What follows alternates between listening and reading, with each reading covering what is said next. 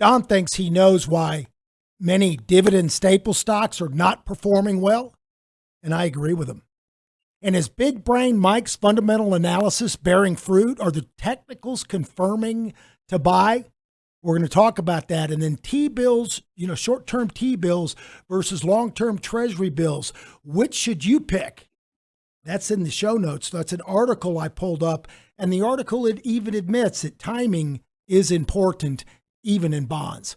And then economic data points diverge. Which one? A shallow V or deep V? That's a good article you can read. And then the estate planning clock is running out. If you've got an estate problem or your wills or revocable living trust are not updated, and if you need more complex planning, then call me. And lastly, in the mailbag, a client and a listener sent me an article about how to avoid cashier check scams. There's a lot of them. First of all, you can just not accept cashier checks, but if you do, you got to be very, very careful because they can raid your bank account. Anyway, that's actually put out by Schwab. And so we're going to talk about all those things, and we're really going to dive deep on why the dividend stocks are struggling and why and the fundamentals that Mike was looking at a couple months ago on the show. He brought up a sector that was really looked good. And now it looks like actually other people are starting to notice. But before we do all that and before we go to the markets, the reason we're doing this show on Thursday morning, the reason we're doing this show early is Revere Asset Management is moving. We're moving offices. We're going to start bugging out tomorrow, Friday, and we got to be out of here by Wednesday. And, oh, yeah, there we go. There you go, Zach. Let me see here. Anyway, right. So we're gonna be pretty busy, and we're trying to coordinate all the stuff that goes with that. But I wanted to pay homage to Don. How do you say that? Homage. Yeah. Homage. Like, okay. Just like you did, Dan. You go through 3 of them. Thanks. Anyway, I wanted to go back and pay homage to the founding of Revere, which actually was previous to Revere. With my old 2 partners, I spun off. I bought them out in 2016. Don and I formed Revere. We legally changed the name and the founding. But the show before that was called the Wall Street Shuffle, right there.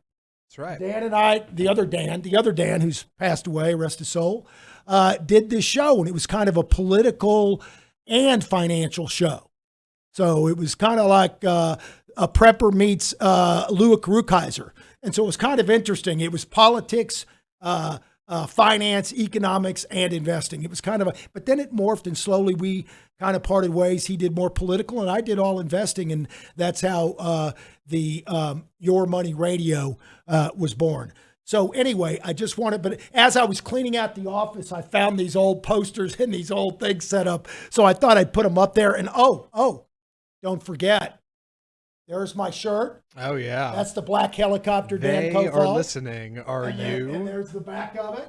The Wall Street Shuffle. Yep. On 11:90 a.m. And by the way, folks, for anybody that has seen that old show, if you're a very, very large person, which Dan Kofal was, we've got about 6 or 8 triple. They're like 4X, and he actually ordered a couple 5X shirts. 3, 4, so we've got a few X's. massive shoe. It could be used as a parachute too. But if anybody that wants those extra shirts, we do have a couple extra for someone that's very portly. In any event, let's go directly to the markets. And by the way, those articles I was talking about, they're all in the show notes. You can just go and they'll be at the bottom of the show. I want to go to Don, and we got a couple emails in the mailbag besides that article on check scams, the cashier's checks. And they're kind of opposites each other. They're, 2 sides of the same coin. And so I'm going to read both of these, and then I'll go to the markets, let Don kind of put this in his, however he wants to in his show. So this is on 9/11. This is earlier in the week. Okay. I've been watching your videos for a while and really appreciate all you do. NVIDIA was such a strong stock, and now it seems to be hitting lots of headwinds and cannot make any progress. What are your thoughts on NVIDIA? Me. Great question. Thanks for listening and watching our content. We will discuss on the air. And then I answered. So I was going to say, so Don, is NVIDIA done, or is there room to go? But let's wait, because I got another question. Also on 9/11, this is MJ, not Michael Jordan. This is MJ, and he says, Dan and Don, I want to get into Celsius, but I'm having difficulty trying to find an entry as it is so extended. Do you have any advice? MJ, that's a great question. We will discuss on the air. Thanks for listening and watching our content. So, Don, you have a leader that appears to be struggling. And again, this is the beginning of the week. That may have changed, but you have a leader that appears to be struggling, and then one that's rocking and two extended. So how would you handle each of those? And then you can go straight to the markets. Sure. Let's start with NVIDIA first. And I wouldn't say it's struggling as much as I would say it's basing. It is holding the red line here. That's the 50-day moving average. And it's traded in a tight range for the last 6 days. Let's bring up a 30-minute chart on here, and you can see how tight the action has been on this, basically between 442 and 460 for the last 6 days. That's including today's action. Yes, it did have a little bit of a gap down here on the 7th, but holding the 50-day moving average every time it gets near that level. That's the red line again on this chart. It's bouncing. It's doing basically what the NASDAQ 100 and the S&P 500 are doing. Let's go to a 30-minute chart here on the NASDAQ 100. You can see that's just been going sideways to a little bit higher. I drew some on a 60-minute chart, and on a daily chart, I drew some triangles and talked about the trading ranges that these indexes, the S&P stack, have been in. That's the NASDAQ 100. Let's go to the S&P. Really, NVIDIA it's holding the 50-day moving average. Stocks don't go straight up all the time. They're entitled to back and fill a little bit. NVIDIA had a gap up and then a reversal on its earnings, but it didn't break down. It seems like maybe some shares are being from weaker hands to stronger hands. From a fundamental standpoint, NVIDIA has never really been in a better position, with it being the premier chip manufacturer and designer, and well, they're not the manufacturer. Taiwan Semiconductor actually makes the chips for them, but it's their designs and it's their products that are at the forefront of the AI movement. So as long as this holds and doesn't substantially break down below the 50-day moving average, we're keeping it. We've trimmed a couple of positions that we had when we had the negative reversal on the earnings. And then we just added some back this week, cut and reclaim day moving average. Ideally, we want to see it get above the 21-day moving average, which is around 461. So right now, it's just trading tightly in line with the market. Celsius is also something that we got shaken out of before it made its big run, and we've been looking for a prime opportunity to get in since it did its earnings gap. And we just bought a small position on that this week. And one way to sneak into stocks that are strong leaders is to wait for this 60-minute stochastic hookup. It's not guaranteed, but it's a low risk entry, and we got that on the 12th, Tuesday of this week, and we took a small 1% position there. Coinciding with that, we want to make sure that the price is close enough to the 21-day moving average that a 2 ATR move wouldn't get us stopped out. So we do two things. One, size down because it's extended. Two, make sure that it's within 2 of the 21 exponential moving average. Check that box too. And three, look for that 60-minute stochastic cross. We didn't go back up as high as we wanted to obviously. In fact, it looks like it might be tested it again. But all it's doing is getting closer to the 21, and it allows us to little by little build in this. I realize it's extended. I realize we caught some of the move early. We missed already the move on this back here when it broke back below the 50-day moving average. But very clearly a leader, great fundamentals, gaining market share. It's crossed over and the ladies are drinking it too. Great product. And that's a tool to get in to a leading stock.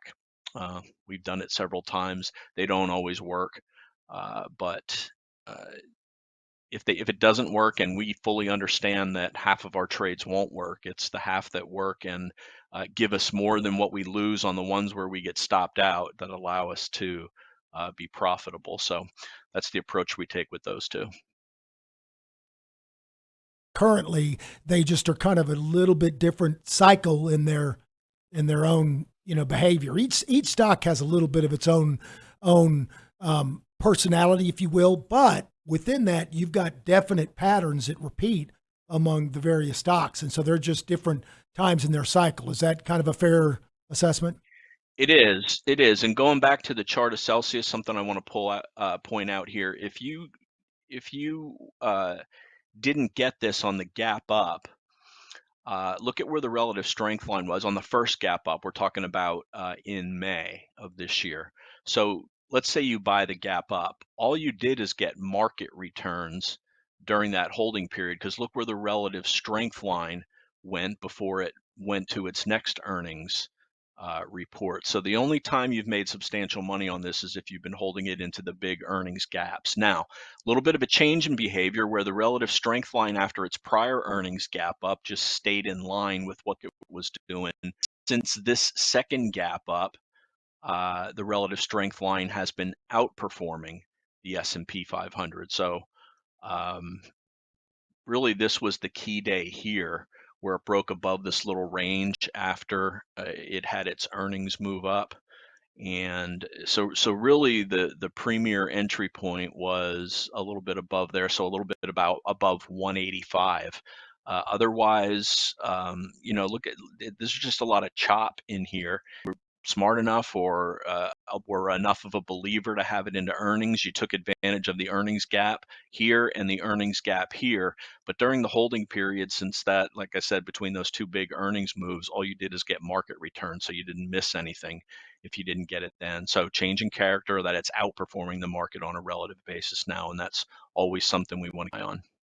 Okay. And so how do you hold into earnings? When do you hold into earnings? Well, what we do is we have a rule for earnings. We don't want to lose more than at the most 1% of the total portfolio value if we would get hit on a negative earnings report. So right before earnings come out, there's something called the market maker move, and that is the expected move plus or minus as a stock goes into earnings. So we look at that market maker move, multiply it by 2, and look at that as a worst case scenario to the downside. And then we just make sure that the size that we're holding doesn't put us outside that threshold where we would lose more than 1% on a stock in case it had a massive gap down.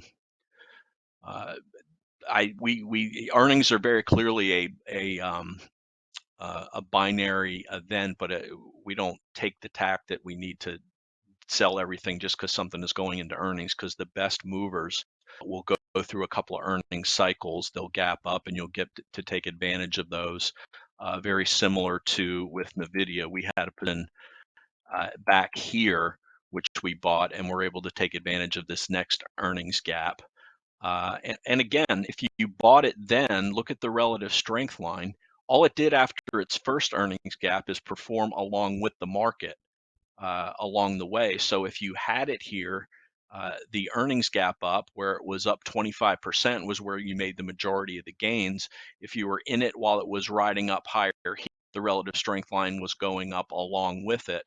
But and then of course, and then since its second earnings gap, it gapped into this 500 level, had a negative reversal. It's been showing subtle negative or relative weakness as it pulls back to the 50-day moving average. But this is normal. It looks like it's trying to form the base. Like I said, hasn't broken down. Did poke its head below the 50-day moving average back here, but held this 400 level. 400 was a big supply area, support and resistance area from back here after it gapped up. So there's different levels that you need to keep an eye out for NVIDIA. They've never been in a better position fundamentally, but stocks often top on fundamentals. And if this would top and need to form a base, I wouldn't be concerned unless it broke below 400, which was the prior support resistance level. For the new buys that we made, we're using the lows of this week as we'll pull the parachute if it substantially breaks below there. But the market is having a decent day today. We had despite some negative numbers in the CPI and PPI reports over the last 2 days, the market seems to be taking it in stride. I pointed out on the indexes in last night's video that we were looking for, all we've been doing is trading in an 11-day range. And I drew these lines in last video, and we've broken out of that triangle to the upside today.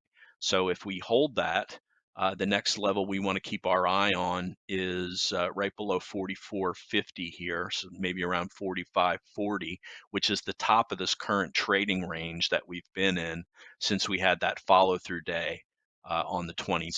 So markets don't go up. They can do one of three things. They can be trending lower, trending higher, or going sideways, preparing for the next trend up or trend down. Right now, we've been in an 11-day sideways consolidation, but we did break out of this triangle within the larger consolidation. So we're looking for, obviously, the bulls who want to break above 45.40 here and test through this trading range. And incidentally, that trading range was topped on the first when NVIDIA's earnings report came out. That was what there was some euphoria off of that, but that could put the current top into the market right now.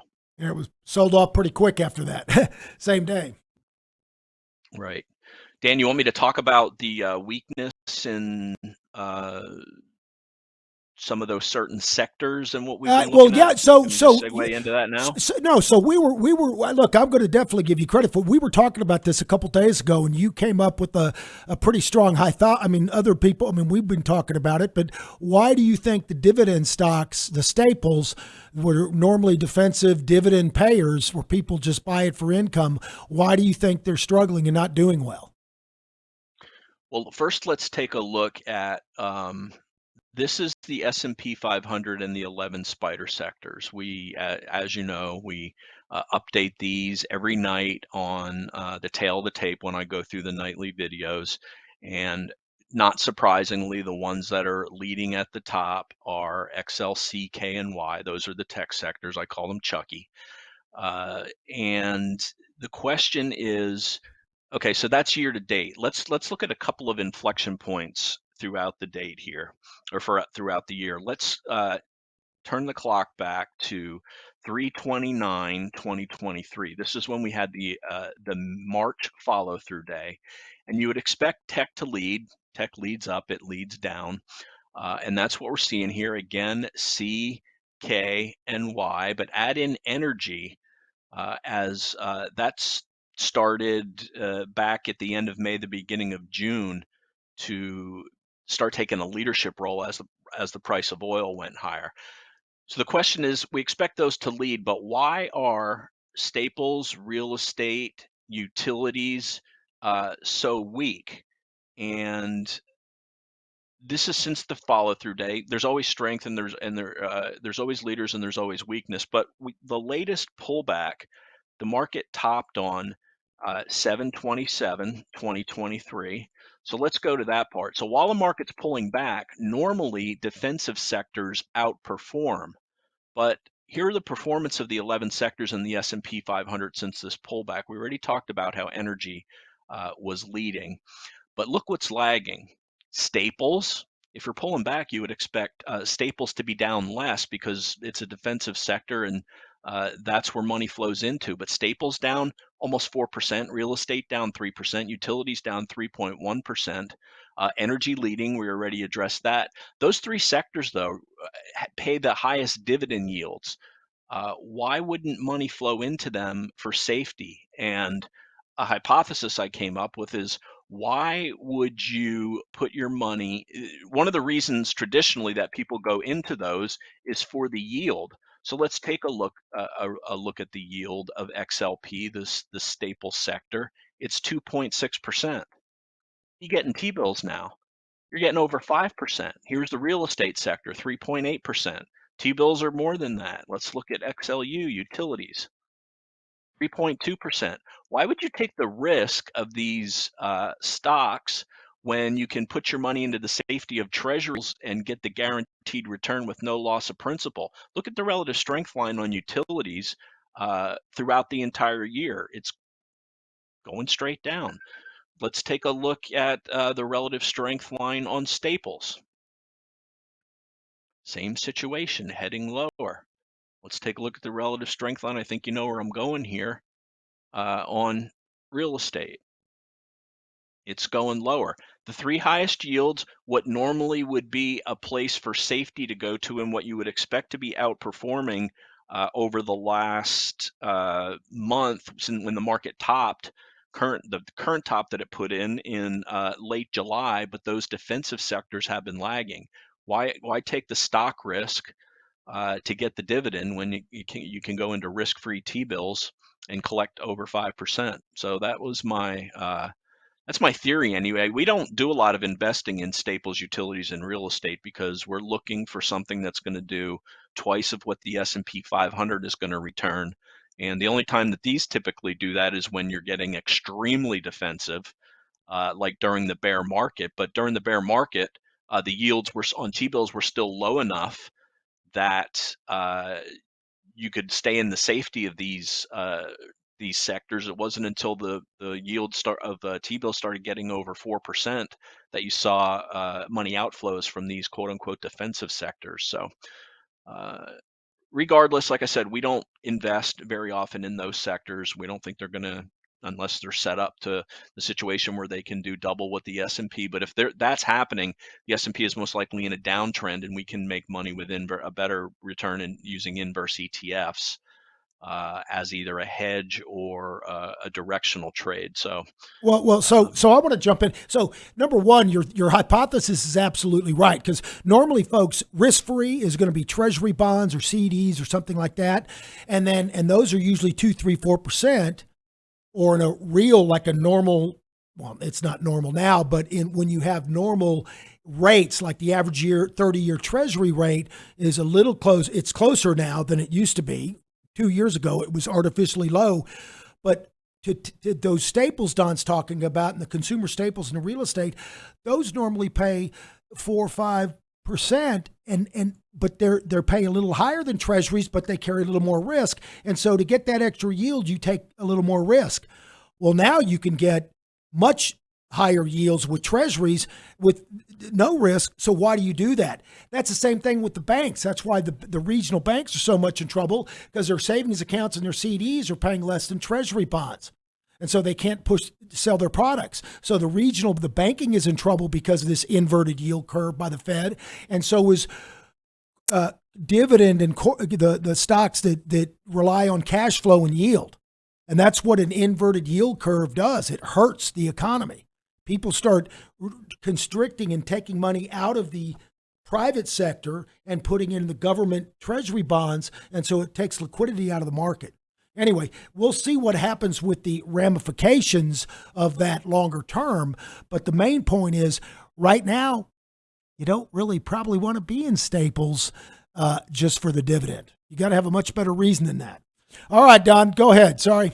Just wanted to Yeah, let's take it over to the guys and their presentation for this week. We'll start off with Connor, and take it away, Connor. What do you got for the crowd here today? Yeah, so before I get into the presentation I had for today, I just wanted to talk about what Dan mentioned earlier. And this article is going to be in the show notes, but I came across a pretty interesting article on uranium last night.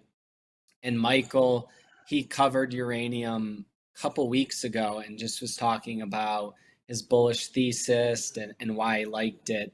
And one of the main reasons he liked it was based on the supply, because the primary supply is 150 million pounds for 2024, while the primary demand is about 190 million pounds. So that's one of the bull cases. But basically, just to summarize this article real quick, it was written by someone that was at the World Nuclear Association conference in London, which consists about like 750 industry experts.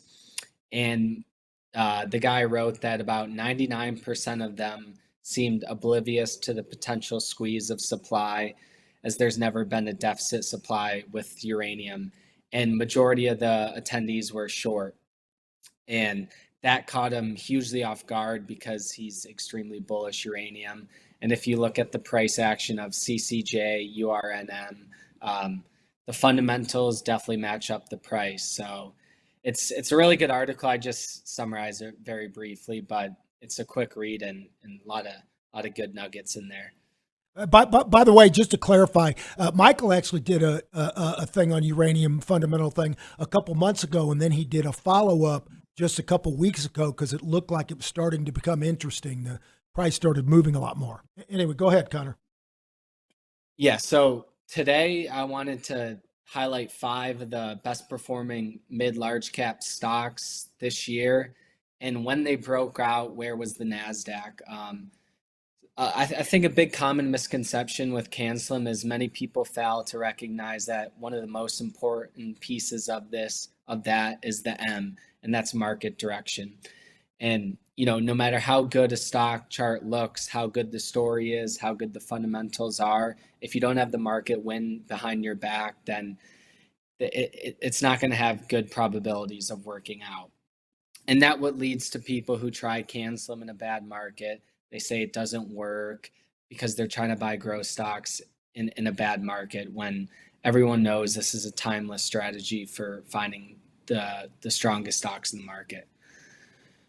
So first chart, this is SMCI. It broke out on May 3rd, coming out of a well-established base on massive volume, and this was a positive earnings gap.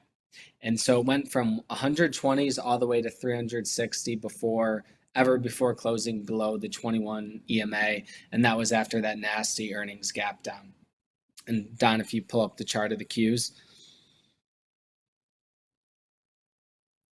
Your chart or just yeah, my chart. Oh, okay.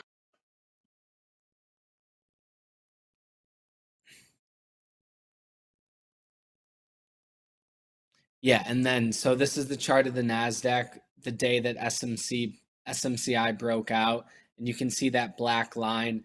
That's the day that SMCI broke out, and you can see the Qs are trending above the 8, 21, and 50 day. The 8 was trading above the 21, and they're both sloping up. So that just tells you that SMCI went on a huge run, but it also had the market wind behind its back. The next one is, you can go to third chart, Don. This one's DraftKings. This stock is up 171% year to date, and it broke out on April 18th after it bounced off the 50-day and then got above an upward sloping 8 and 21 EMA. And this went on an 80% run before breaking the 21-day on volume. So 2 charts in, and 2 common characteristics is you need market wind behind your back. And the second is the best stocks just surf the moving averages up. DraftKings went nearly 80% before violating the 21. So if you employ simple sell rules, you can stay in winners longer because you never know how high they can go up. And when DraftKings broke out on April 17th, the Qs had been trending above the 8 and 21. And they had one minor shakeout, but it never even broke the 50-day. So once again, the market wind was behind your back. And then the last one is BLDR. This was a big group move. This was home builders. This stock's up well over 100% year to date. As this one was breaking out, there was a ton of other home builders in the sector breaking out. So the price action was leading you to this sector. But this one broke out on January 24th. You can see that was a huge long consolidation. It bounced off the 50-day, and then it got above an upward sloping 8 and 21 EMA. And as you can see, once it broke out, it surfed the moving averages and trended higher pretty much the whole way until it had a violation of the 8 and 21 on volume and had more than one consecutive close below the 50-day. And that's when the market was turning around. And yeah, so if you pull up the Qs on January 24th, that next chart, the Qs had just started turning up. So although the Qs didn't look great, they were above an upward sloping 8 and 21, and they started to slope up. So you could, when you see that, you could start adding exposure and stuff. And basically, like, some key takeaways from looking at these is that the best swing trading environment occurs when the NASDAQ is trending above the 8 and 21 day, with the 8 above the 21 day. And I'm using the NASDAQ for this example just because this is probably the tech heavy ETF, and it's the most risk on over the SPY and the Dow Jones. And in a weak market, A+ setups are going to be more faulty prone, and sit out power and patience are extremely underrated skills, because at the end of the day, a good swing trading environment's going to occur once, twice, 3 times a year. So your job is to be able to be ready and take advantage of that when that occurs. Yeah, good stuff. That's something we've been harping on lately, and I drew the same line for the Qs last night that I drew for the S&P 500, and we're breaking out through that triangle right now. So the question is it a real move? Is it a false move? But one thing I want to point out with this is Jason Shapiro is a big contrarian trader, and with the PPI and CPI reports were not all glowing, and it would not have been a surprise if we pulled back a little bit based on that, but we're not. So this is one of his trading mantras is, when news doesn't do what it should do, go in the direction of what the reaction is, not what you think should be done. So a news failure to the downside is the point that I'm trying to make here. Thanks, Connor. Let's over to Ted.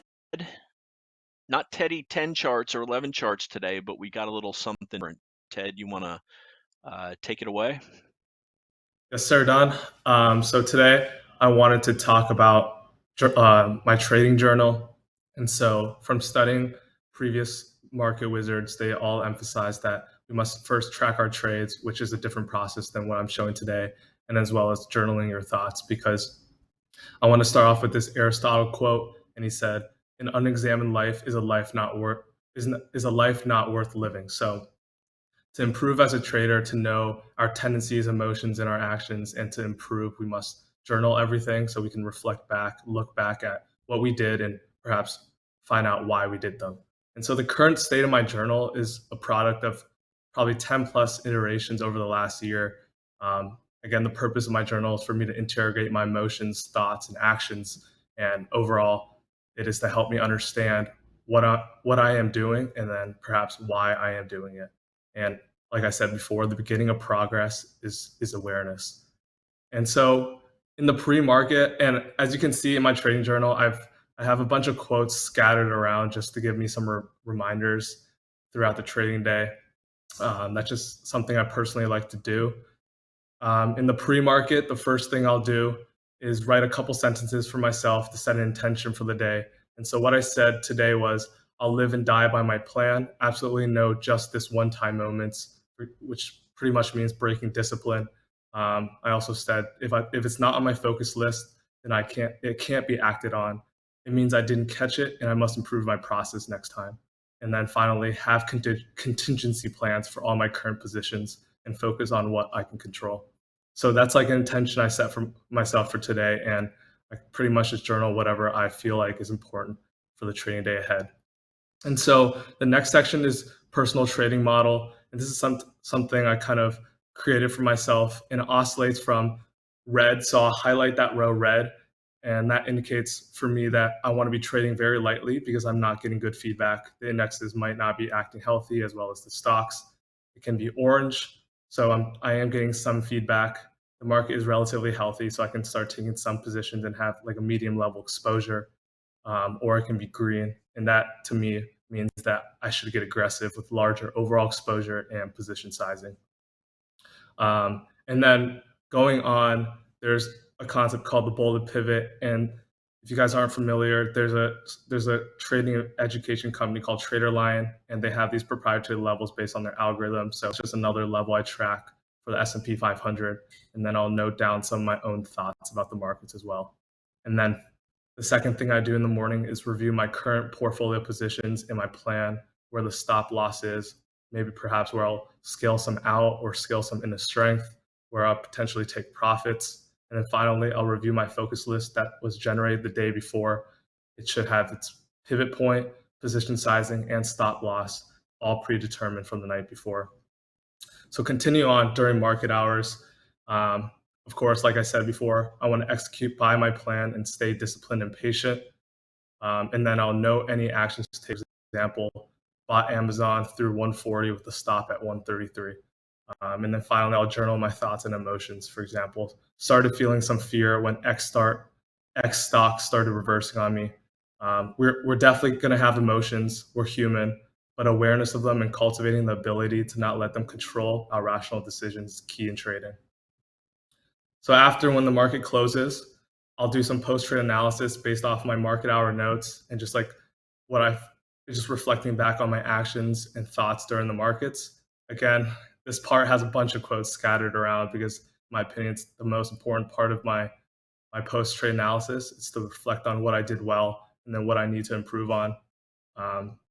And obviously, trading is definitely sometimes can be emotionally taxing. So I find these quotes to help me stay grounded in the process. So some things like I journal about it's just like you have to be very honest with yourself in this section. Like beginability and admitting that you made mistakes. And one of the quotes I have at the bottom is that mistakes are always forgivable if one has the courage to admit them. So definitely, and why journaling is that a piece of paper, or for example, my digital journal is not going to criticize me, so I can be as honest as I can to it. Another part of my post-trade analysis are my post-market thoughts. And here, I'll gauge a short-term trend, intermediate trend, and long-term trend based on various moving averages like Don in his daily videos. Pretty much the same thing based off the 21, 50-day, and 200-day moving averages. This just helps me kind of conceptualize where the market is and give me a general feeling of what I may or may not be, or I should or should not be doing. And then I'll note some fundamental factors in the markets. For example, right now, potential persistent inflation, a restrictive Fed, and then whatever other things are going on in the world. And then finally, I'll note some notable action from the indexes, sectors, other markets, and breadth. So yesterday, for example, I noted IWM closed below the 200-day simple moving average. Yields initial strong move higher, and then a big bearish engulfing bar downward. The NASI declines continue and now back below the 10-day simple moving average. And then I had a final note about the NASDAQ percentage stocks above various moving averages. So those are some examples I'll note down. Continue on. I think this section was integrated recently, and I found it very helpful and in my process just to help me get a better feeling of the markets and stocks really. So there's 5 things I review here. The data of my last 5 to 10 trades, my current positions and whether they're showing strength or weakness on balance, my weekly watch list, and my 21 over 21 list, which Don also does as well in his videos. And then I review the so we subscribe to Minervini's private access, and they have their own not in a way like model portfolio and focus list. So I'll review those as well to see the overall stock action. And then compiling all 5 of these variables, then I can better assess what the market is doing and what the stocks are doing. And from this, I evaluate how the climate of the stocks are doing, and then I'll journal a few thoughts down as well. And then the third part of the section is I asked myself if I've earned the right to play larger. I learned this concept from Stanley Druckenmiller reading his Market Wizard section. But pretty much every market wizard that I've read about in all the books have some version of this quote. I've heard Paul Tudor Jones, O'Neill, David Ryan, Minervini discuss this concept. Pretty much, we just want to trade at our largest, at our best, and then smallest at our worst. And therefore, we can be most heavily invested when the markets and stocks are working for us, and lightly invested when it's not, to prevent drawdowns. And this is very much an art and something I'm working relentlessly on, the timing and velocity of progressively exposing myself into the market and progressively selling out. And so finally, I'll then again decide my personal trading model, which then will be copied into the next stage journal. And I talked about the various colorations that I'll have: red, small positions; orange, judicious pilot positions; or green, stocks are working and be aggressive. And then I'll write down some notes on tactics for tomorrow. And finally, after my screening, I'll compile a list of stocks for my focus list for tomorrow, and I'll predefine my stop loss, my pivot point, which is the buy point, and then my position size. And so the goal of this is to reduce as many variables as possible during execution. The moment the market presents opportunities that align with my plan and tactics, I just simply execute, and then let the market take control, because I have no control over whether the stock goes up or down or whether I win or lose. I only have control over when I buy, how much I buy, and when I sell. So in conclusion, I've done this trading journal every day and weekend for over 365 days. In my own life, I've been journaling morning and night for over 1,000 days in a row, and I've seen tremendous benefit of it. Definitely noticed a significant improvement in my self-awareness, which is, definitely key to success in life and the markets. Knowing thyself is really important. And finally, remember, your results may not always reflect the actions and effort you've put in. And so I've brought this chart up taken from Atomic Habits, and this concept known as the plateau of latent potential. It's something I remind myself of when I put in a lot of effort, hard work into a certain activity and I still don't see the results. I just have to know that I'm in that valley of disappointment and I have to keep on going. Because eventually when you hit that one threshold where those two lines intersect, that's when they show up. And oftentimes they show up dramatically and quickly. And next Great. week, and one more thing. And next week, I'll talk about various screens I run on a daily and weekly basis. And folks, listen, I want to bring something up. So, if you take 10 guys that have Don's knowledge, right? Only a couple of them are going to be good, because the other ones will break the rules. They'll get emotional. They won't follow their rules. In fact, there's an entire industry in finance called behavioral finance, and it's even for the professionals, not just for retail investors. Basically, and it's a study of, given given information or given data, why do people make decisions that are not financially sound or whatever? And mastering your emotions is key when you're investing in trading, and you have to have a plan in advance. And so it's an art. So let me ask you, as an investor, when you buy and sell something, do you mark it down? Do you write it down? Do you keep a journal? Do you look at it? Do you go back and look at it afterward and do a post-trade analysis? Do you know where you would sell it for a stop loss before you buy it? Because if you don't, you're a rookie. Okay? The professionals, they know where they would sell it to keep their losses small before they buy it. Then they know how to manage the position throughout the lifespan of that position, which could be very short or could be long. In Revere's opinion, the stock's got to act right to get long term. In other words, we never buy anything assuming it's going to be long term. We just look back and go, wow, that stock acted right long enough for us to hold it long term. Right now, there's not a lot of long term holdings because it's kind of a choppy market. You got to be a little more defensive. We hit a primary trend. That could change significantly. Anyway, I just wanted to talk about that because Ted right now is working on a couple beta portfolios to track his progress. And when we watch him, obviously he helps Don with the admin and stuff of our client portfolios. But Ted is extremely good with all the technicals, relative strength, Fibonacci. I mean, he knows all the technicals like a CMT does, right? The thing that he's working on is getting better at the emotional side. That's That's hard. That's just as hard as learning all the technicals. So again, I ask you as an investor, how much are you tracking your investments and journaling and doing all that stuff? Because it actually will help a lot more than you thought. After a while, you'll see patterns. After 6 months or a year of journaling, you'll see that this one emotion or maybe this one setup, you keep kind of getting wiggled out too early, or maybe you don't sell soon enough. In any event, I've said my piece. I just want to let the listeners know why that's so important to analyze everything you do around investing and trading, not only before the trade, but afterward. All right, Don, go ahead. I didn't mean to. No, you're right, Dan, and great job, Ted. The mental aspect of trading is incredibly important, and so is being able to review and go back through history, what you were thinking, what you were seeing at various points in time.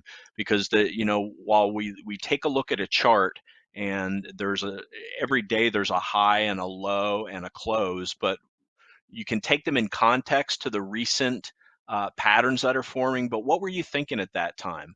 It's indispensable to be able to go back and do that. I take notes constantly during the day. I've got just being able to go back at any point in time and know what you were thinking, what stocks you were looking at, how much exposed you were to the market. And that the tail of the tape helps crystallize my thoughts, and that's something that we review every night in the videos.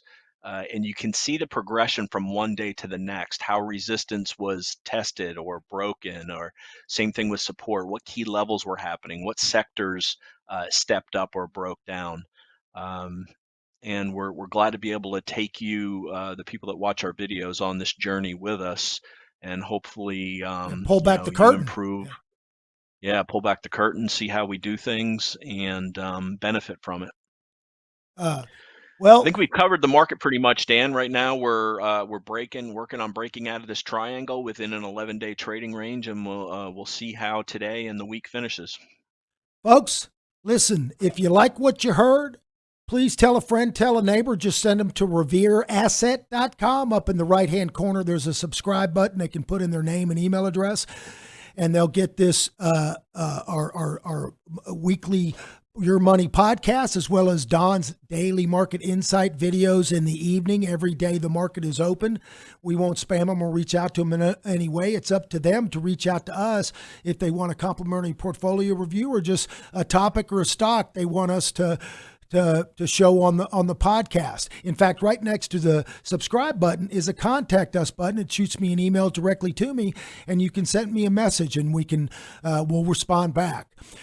You can always call us old school at 855-REAL-WEALTH, and you can email any of us, Dan@RevereAsset.com, Don@RevereAsset.com, Michael, Ted, or Connor at RevereAsset.com.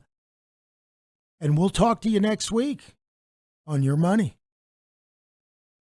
It's not how much you make in the markets, it's how much of that you can keep.